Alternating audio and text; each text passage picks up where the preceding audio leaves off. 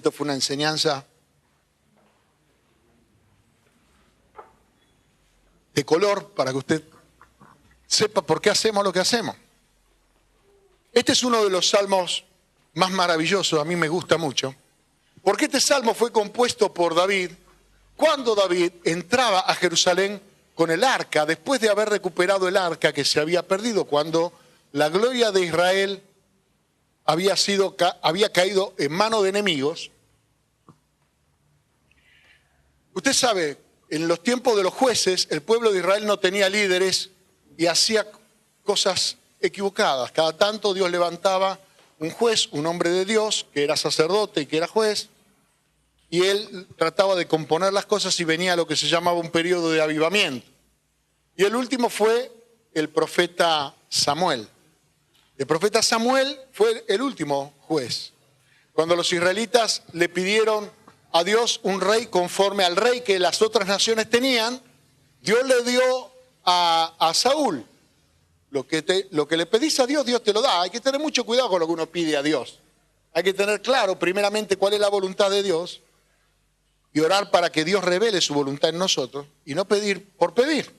Ellos pidieron un rey como el que tenían las otras naciones y Dios le dio a Saúl un rey igual que el que tenían las otras naciones. Egoísta, fanfarrón, avaro, violento, igual que cualquiera.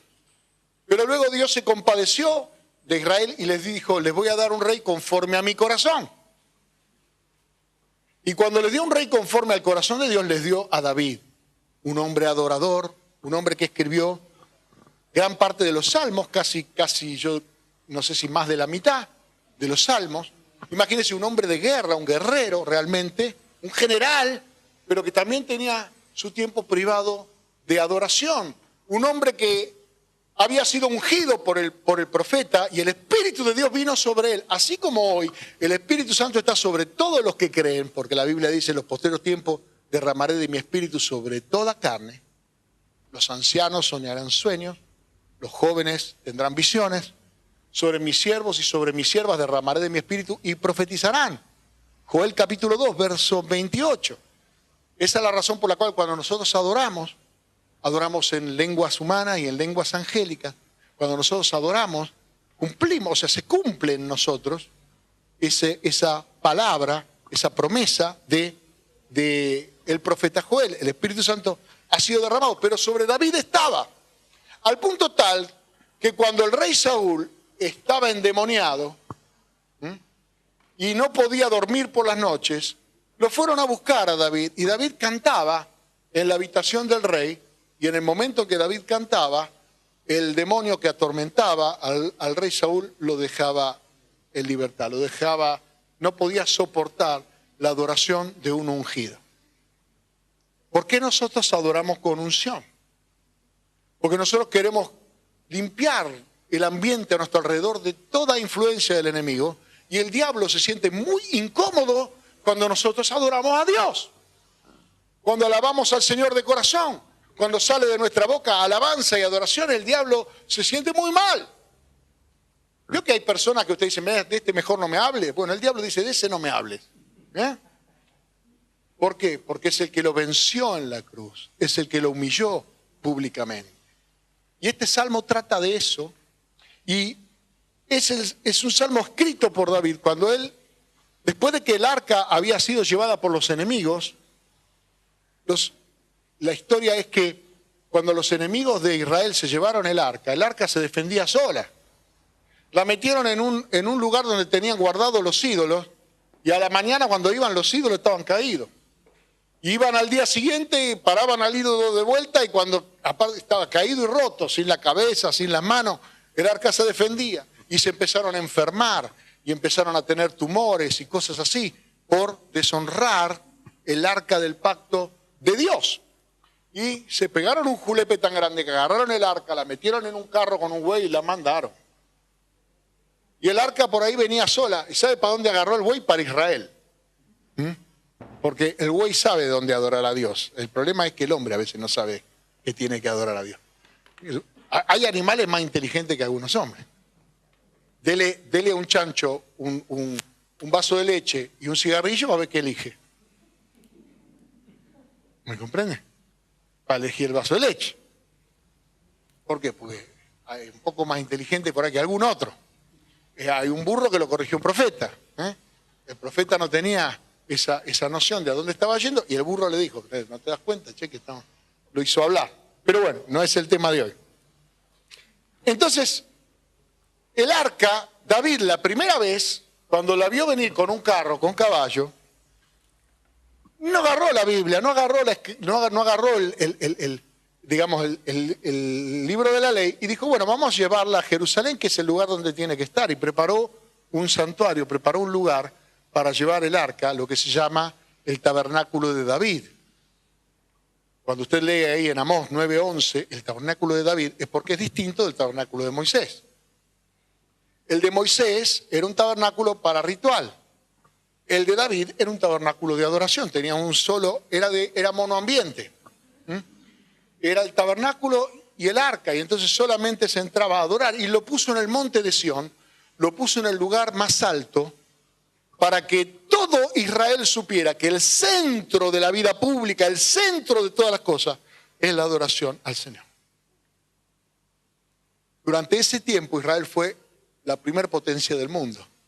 Durante 40 años con David y luego 40 años con Salomón, fue la nación más grande que hubo sobre la tierra, porque cuando Dios gobierna la nación, la engrandece. Y ese fue el testimonio de haber honrado a Dios.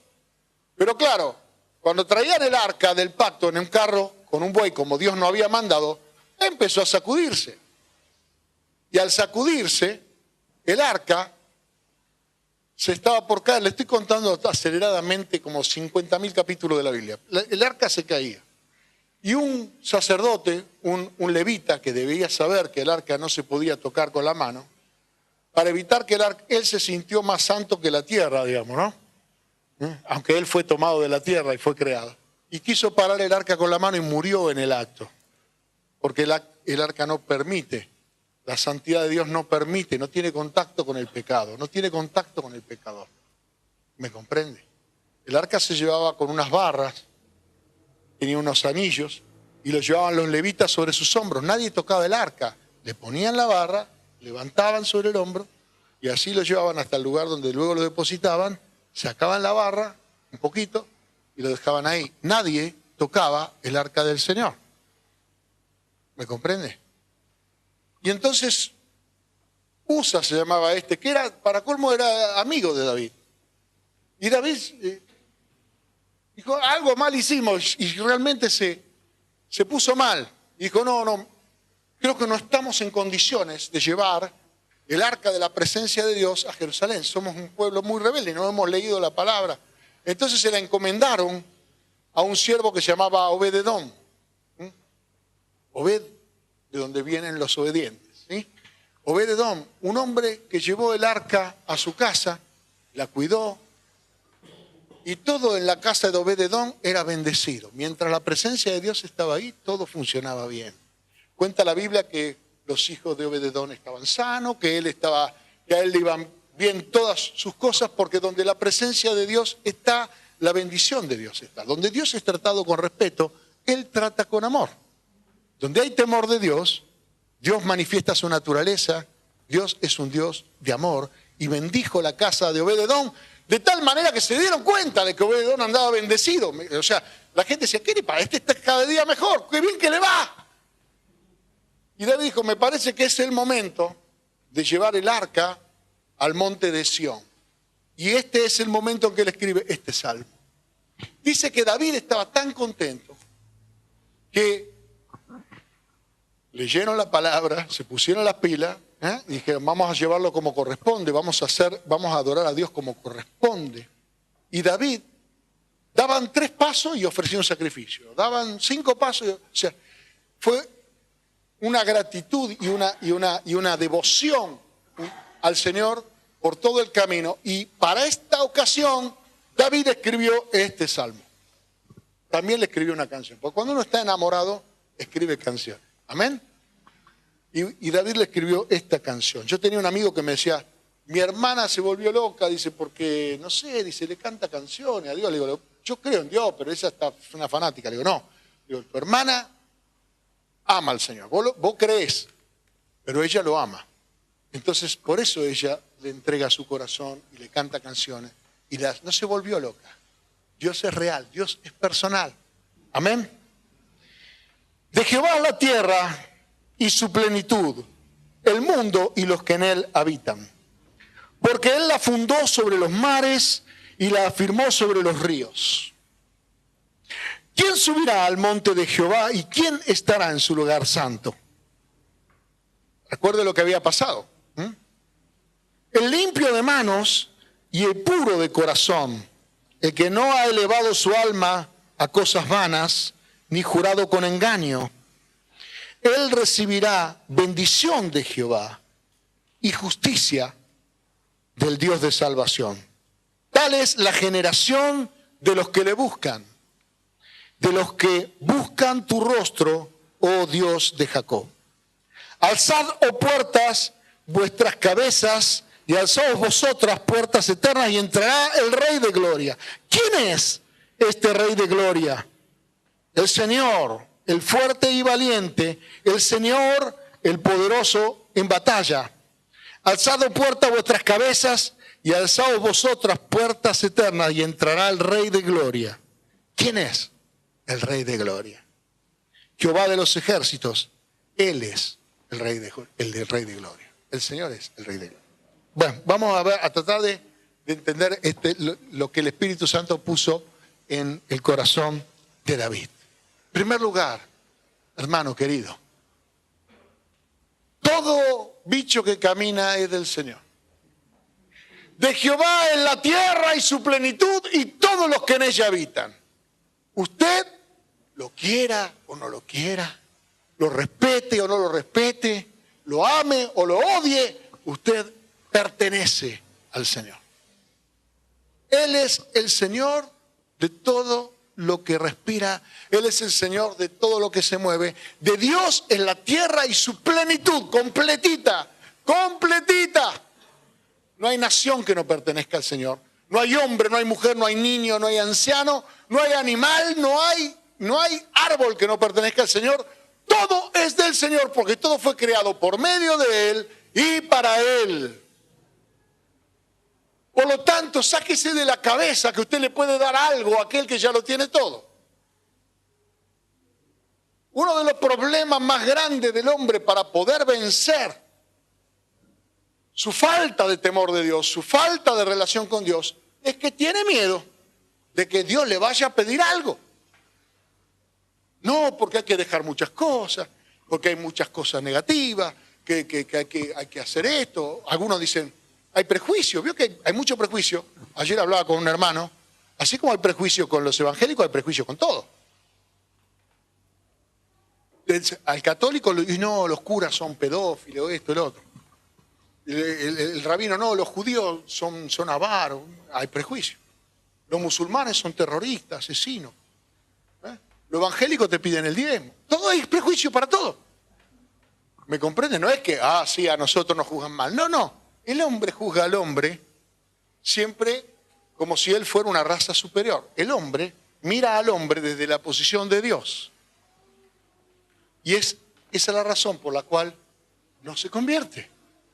Toda persona que no se convierte es porque él cree que puede establecer con Dios una relación donde él le puede decir a Dios cómo debería ser la cosa. El requisito de humildad, la humildad de corazón, es imprescindible para poder conocer a Dios. El temor de Dios es el principio de la sabiduría. Ahí arranca. Pero nadie es inteligente hasta que no conoce al Señor. El conocimiento del Altísimo, esa es la inteligencia. Conocer a Dios es tener la capacidad de anticipar qué va a pasar, de poder discernir qué es lo que ocurre a nuestro alrededor. Es el conocimiento de Dios el que nos hace a nosotros marcar una diferencia, nos da la sabiduría.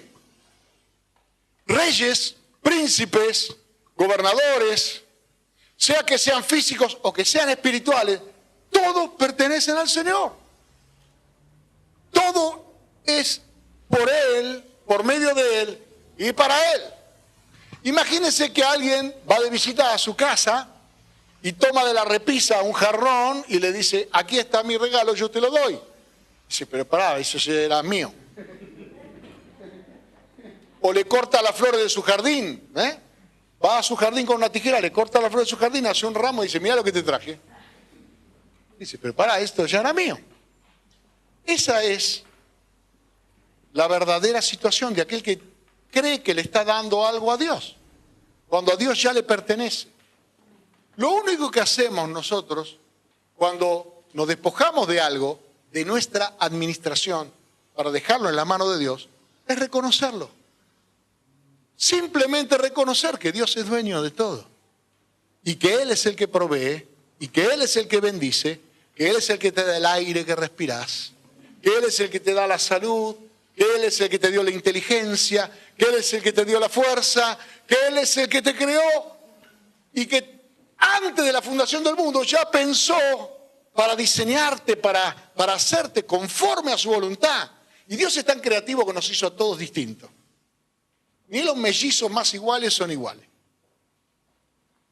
Porque Él quiere establecer también con nosotros una relación como individuos, porque Él es un Dios personal. Así que el salmista dice, de Dios es todo. Él hizo todo, los mares, los ríos, todo. ¿Cómo alguien será capaz de poder presentarse delante de Dios? ¿Quién podrá subir al monte del Señor? Acuérdense lo que había pasado. Hubo uno que tocó el arca y cayó fulminado. Imagínense la presencia de Dios, no el arca, sino Dios. Y entonces dijo, ¿quién podrá entrar en el lugar santo? Y luego pensó, no existe nadie. Porque nadie es limpio de manos. Nadie es puro de corazón. Ni nadie ha dejado de elevar su alma a cosas vanas. Porque ha entregado su corazón a pasiones. Tal vez es hincha de un cuadro de fútbol.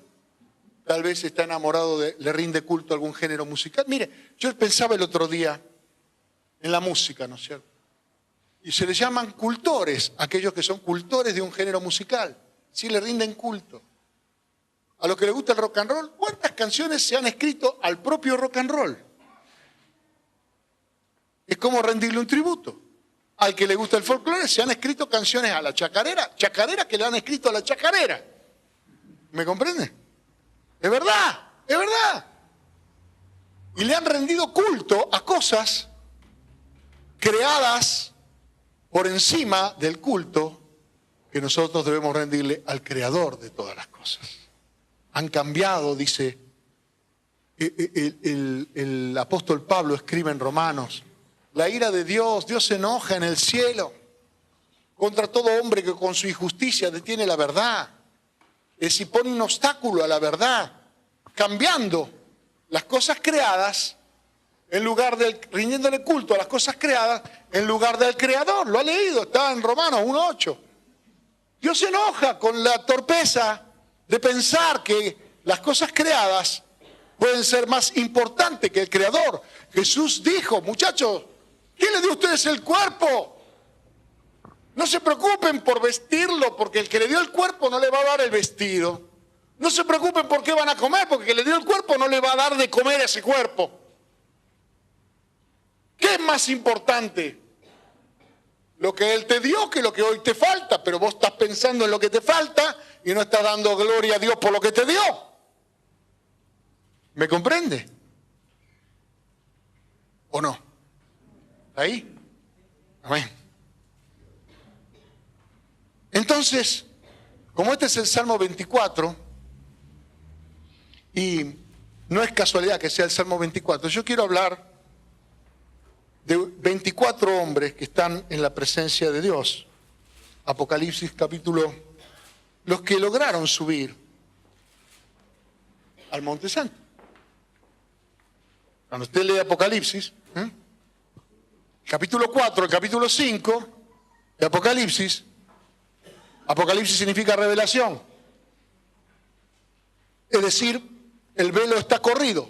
Por ejemplo, aquí abajo hay pan, pero está velado. Hay un velo que lo tapa. Yo saco el velo y usted lo ve. Entonces está revelado. O o está descubierto, que sería otro sinónimo. Apocalipsis significa eso, revelación o descubrimiento, es decir, para que el mundo espiritual sea visible por medio de la fe, Dios nos lo revela. Entonces, esta respuesta del salmista, ¿quién subirá al monte de Jehová? Por medio de Jesucristo, obviamente, es la única manera de subir. Nadie viene al Padre si no es por mí, dijo Jesús, ¿o no? Y eso no puede cambiar. La única manera de entrar, el único puro de corazón, el único limpio de manos, el único que cumplió con todos los requisitos fue Jesús. Pero resulta que nosotros vivimos en Él. Reflexionaba esta semana que la gente a nosotros nos llama cristianos, como a los que viven en México les llama mexicano, o a los que viven en Argentina les llama argentino. Es decir, que cristiano es un gentilicio, creo que, no sé si está Ruth por ahí. ¿Sí? Ah, están las maestras, acá tenemos maestras. Así que ser cristiano es una persona cuya patria es Cristo. Cristo es su bandera, su escudo, su himno, su patria. Vivimos en Él, estamos en Él. ¿Me comprende?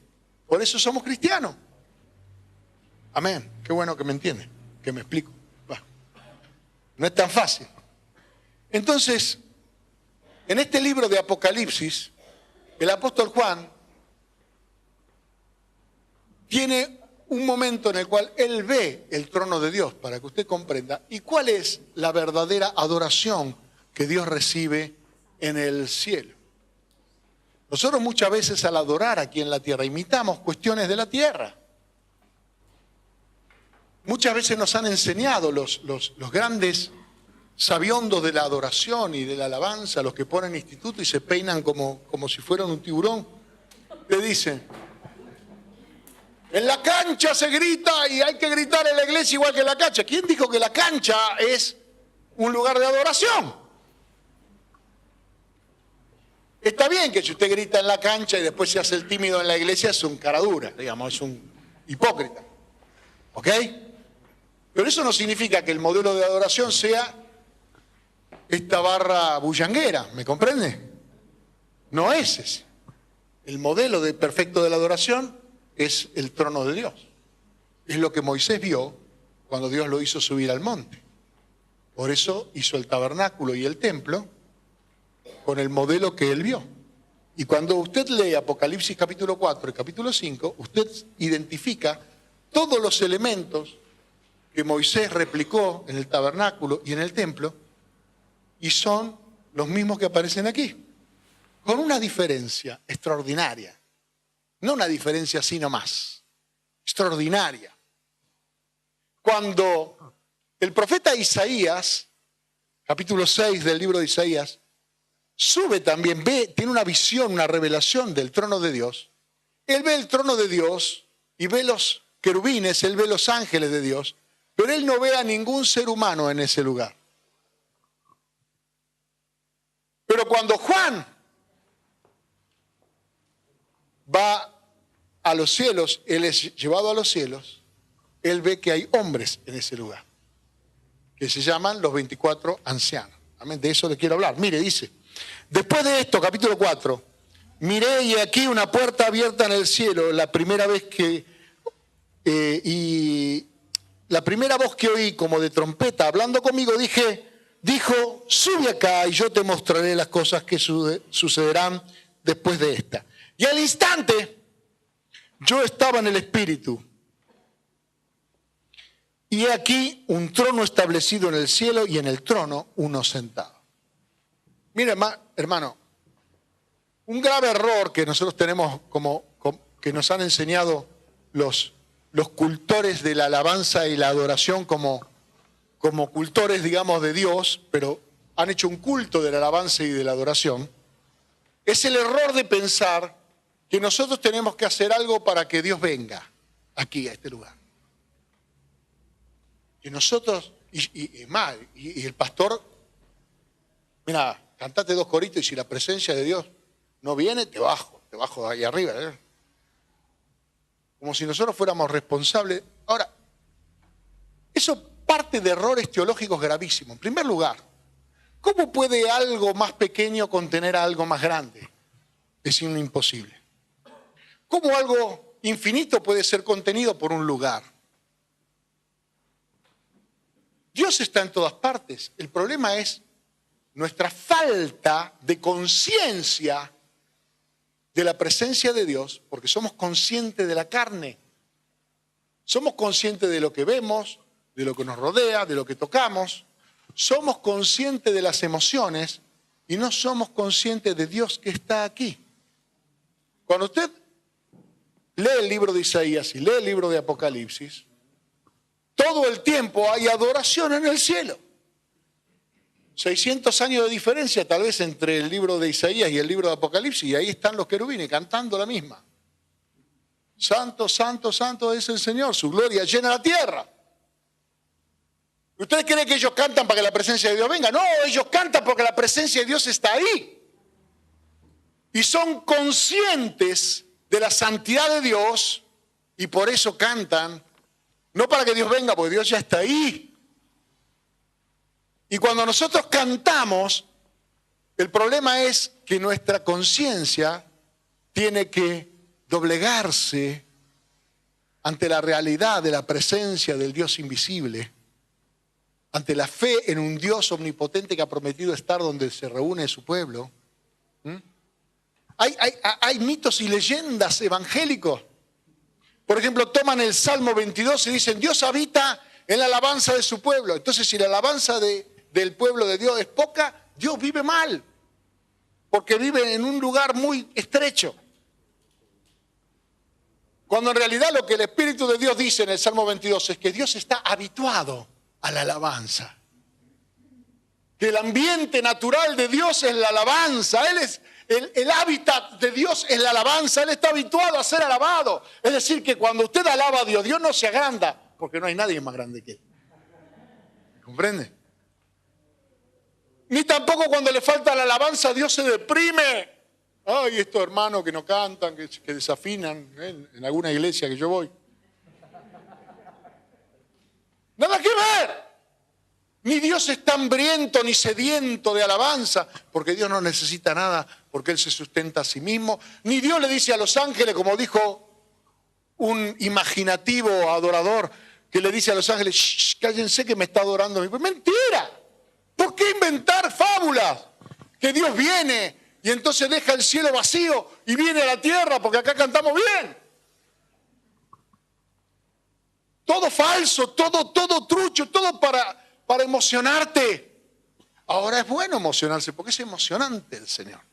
Pero las emociones son un vehículo que te llevan a la presencia de Dios, por medio del gozo o por medio del arrepentimiento, porque el Espíritu Santo te da convicción de pecado, o el Espíritu Santo te da testimonio de que sos un hijo de Dios. Pero eso es un vehículo que te lleva. Imagínese usted que me dice a mí, bueno, Dani, vamos a Mar del Plata, nos subimos al auto acá en la puerta, hacemos 400 kilómetros y mientras tanto la vamos pasando bien. Tomamos mate, comemos galletitas, escuchamos música, charlamos, hacemos chistes, todo la pasamos bárbaro. Llegamos a Mar del Plata y este dice, no me bajo, me quedo acá. Me quedo en la emoción. No, la emoción es un vehículo. Pero la necesidad del creyente es adorar a Dios en espíritu y en verdad. Llegar a la presencia de Dios y quedarse y bajarse de la emoción para adorar en el espíritu. Si no adora en el espíritu, entonces a esos adoradores el Padre no los busca. Él busca adoradores que le adoran en espíritu y en verdad. La emoción es un vehículo, pero la emoción, hay que bajarse de la emoción. ¿Me comprende? La pared es blanca, ¿sí o no? Si yo lo digo riendo, ¿de qué color es? Y si yo lo digo llorando, ¿de qué color es? La verdad no es emocional. La verdad es una cuestión totalmente objetiva. La emoción es un vehículo, pero no es la emoción el sentido de la adoración. ¿Me comprende? Nos vamos a emocionar, sí. Pero si el Espíritu de Dios no se mueve, nos quedamos con la emoción sola, estamos listos. Ahora, cuando un enfermo es sanado, el Espíritu de Dios hizo algo. Cuando un alma entrega su corazón al Señor, el Espíritu de Dios hizo algo. Cuando una persona es liberada, el Espíritu de Dios hizo algo. Cuando el Espíritu de Dios se mueve, hermano, déjalo que se mueva como cantábamos hace mucho. Porque para eso venimos a la presencia de Dios, para tener comunión con Él en el Espíritu. ¿Cómo podemos tener comunión con Él en el Espíritu? Aquí dice Juan, cuando Él me dijo, sube acá, al instante yo estaba en el Espíritu. Usted sabe por qué el ascensor de Dios, nosotros vivimos en un nivel racional, somos seres humanos, y el ser humano es racional. Pero el ascensor que Dios nos dio va para arriba y va para abajo. Hay un nivel instintivo, natural, en el sótano, animal, que es el hombre natural, que anda por instinto, no piensa, hace como el perrito. ¿Vio otra perrita, le gustó? El tipo va. Hace lo que quiere, no posterga nada, vive como un animal, porque tiene ánimo. Pero cuando nosotros ascendemos, pasamos de lo racional a lo espiritual. Y somos seres espirituales, podemos vivir en el Espíritu. Fuimos capacitados para vivir en el Espíritu.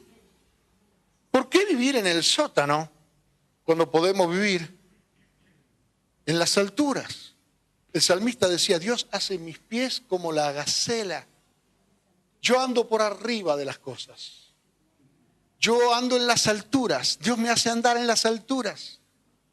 ¿Me comprende? Abajo veo todo lo que falta, abajo veo todos los problemas que hay, pero si yo pienso que los voy a poder arreglar yo, qué mal me voy a sentir.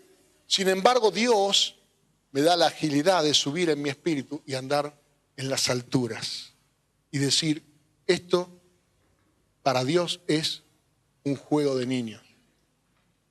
Esto es una migaja que cae de la mesa del Señor. La fe tiene que llevarte a subir para que vos entiendas cuánto te ama Dios y lo grande que Dios ha planeado para tu vida. ¿Por qué vivir en el sótano de la naturaleza humana por instinto? Mucha gente vive por instinto. Pero cuando Cristo murió por nosotros en la cruz, Él nos dio la capacidad de recibir la promesa del Padre. Y la promesa del Padre era recibir el Espíritu, para que en el Espíritu nosotros pudiéramos entenderlo, adorarlo en espíritu y en verdad.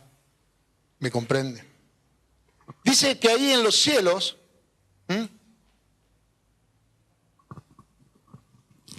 Apocalipsis capítulo 4, bueno, ya leímos, en el verso 10 dice, los 24 ancianos, vamos desde el 9, siempre que los seres vivientes son los ángeles, dan gloria y honra y acción de gracias al que está sentado en el trono y al que vive por los siglos de los siglos, los 24 ancianos se postran delante del que está sentado en el trono y adoran al que vive por los siglos de los siglos y echan sus coronas delante del trono diciendo, Señor, eres digno de recibir la gloria, la honra y el poder, porque tú creaste todas las cosas y por tu voluntad existen y fueron creadas. Y en el 5:8 dice, y cuando hubo tomado el libro, los 4 seres vivientes y los 24 ancianos se postraron delante del Cordero. Todos tenían arpas y copas de oro llenas de incienso, que son las oraciones de los santos.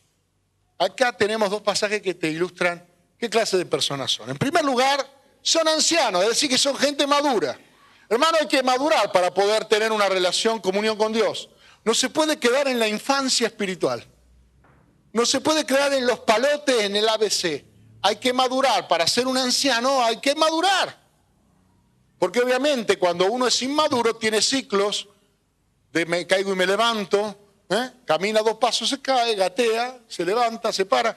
Pero en la medida que uno va creciendo, uno madura. Un bebé totalmente dependiente, se ensucia, hay que darle de comer, hay que hacerle todo. Esos no estarán por inmaduros. Los maduros, los completos, los que completaron su ciclo de crecimiento, esos son los que estarán en la presencia del Señor. Por eso son ancianos. Segundo lugar, están vestidos de vestidura blanca. La Biblia dice en Apocalipsis capítulo 20 que las vestiduras blancas, el lino fino, son las acciones justas de los santos. Es decir, son personas que hacen lo correcto, que viven correctamente delante de Dios. Son maduros y son personas que tienen un desempeño correcto delante de Dios. Nos representan a nosotros delante de Dios. Pero cuando rinden adoración, ellos se postran delante de Dios y arrojan la autoridad que han recibido de parte de esas coronas a los pies del Señor, diciendo: tú eres digno de recibir la gloria, la honra, no importa qué autoridad tenga. Aquí de repente a alguien le das un cachito de autoridad, ya se agrandó.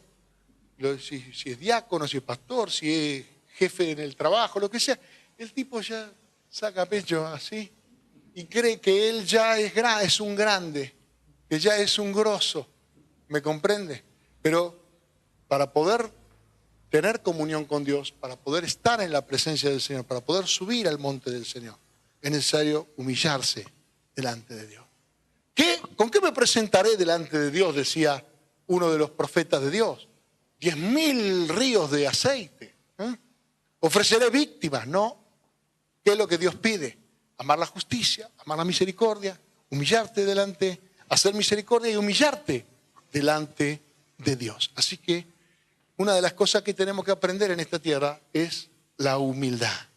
Y la humildad es todo el tiempo recordar: soy criatura y Él es el creador. Él está sobre mí.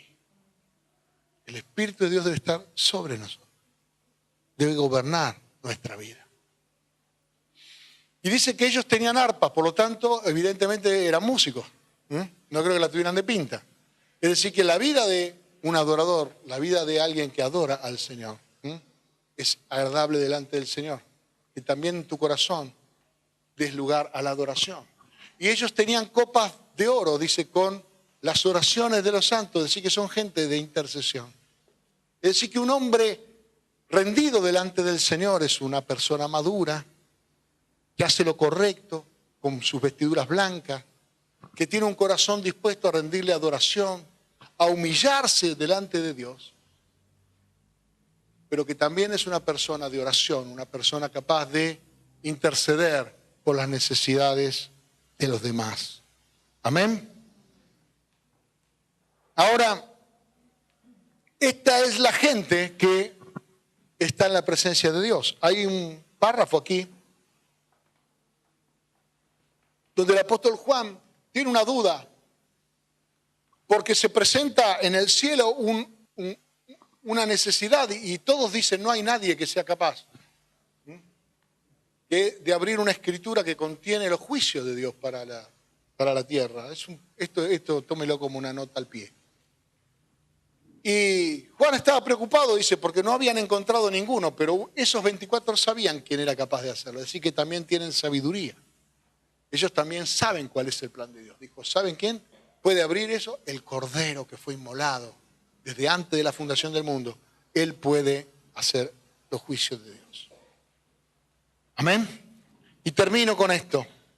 El salmista termina el salmo diciendo: alzad puertas eternas vuestras cabezas.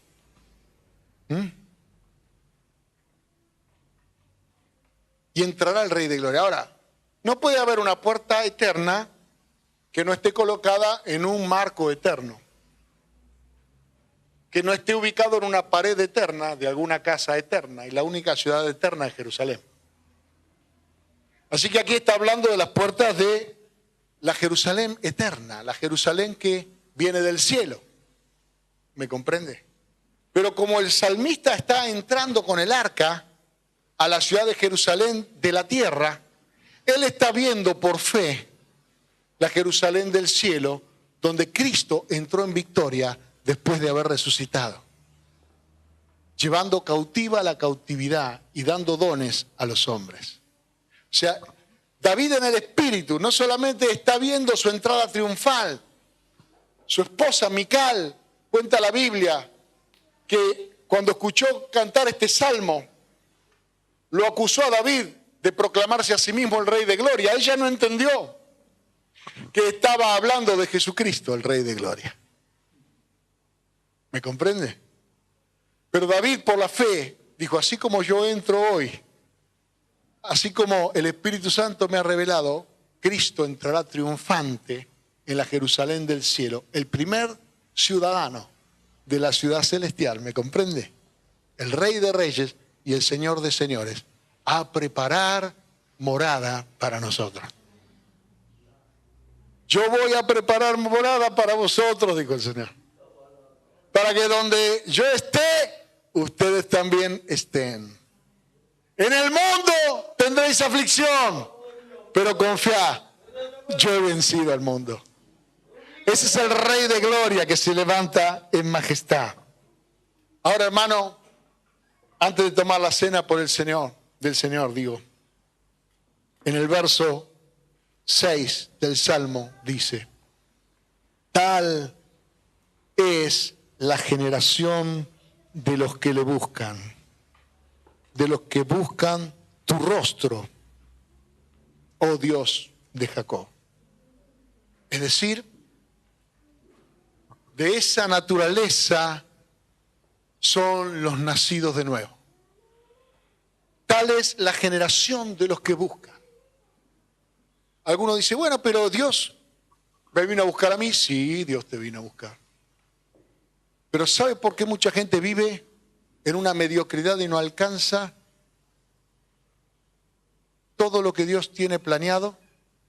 Porque dice la Biblia que sin fe es imposible agradar a Dios.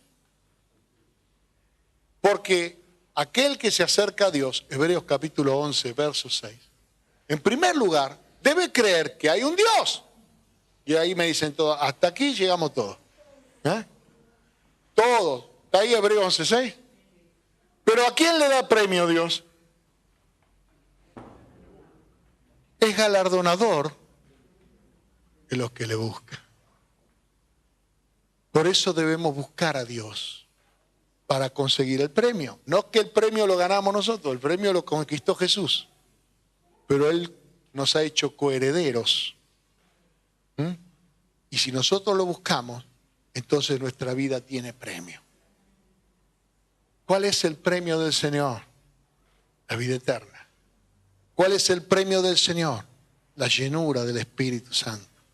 ¿Cuál es el premio del Señor? El conocimiento de Dios.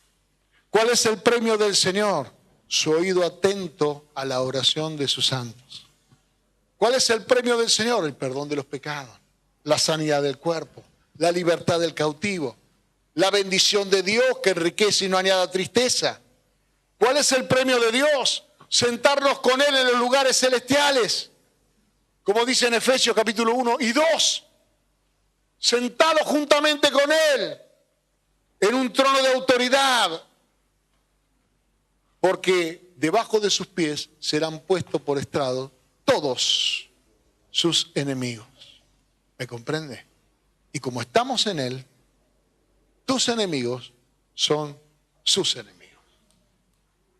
Él es un Dios de victoria. Vamos a ponernos de pie para participar de la cena.